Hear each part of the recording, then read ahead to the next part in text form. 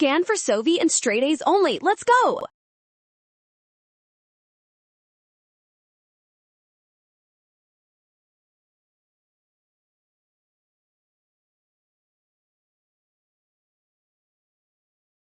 Look at the horizontal segment from B to C on our graph. Since the temperature is staying constant during this phase change, the average kinetic energy of the particles remains unchanged.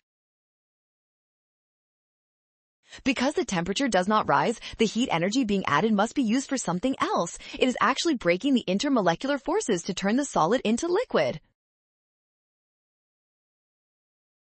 This means that added energy is stored as potential energy while the substance melts.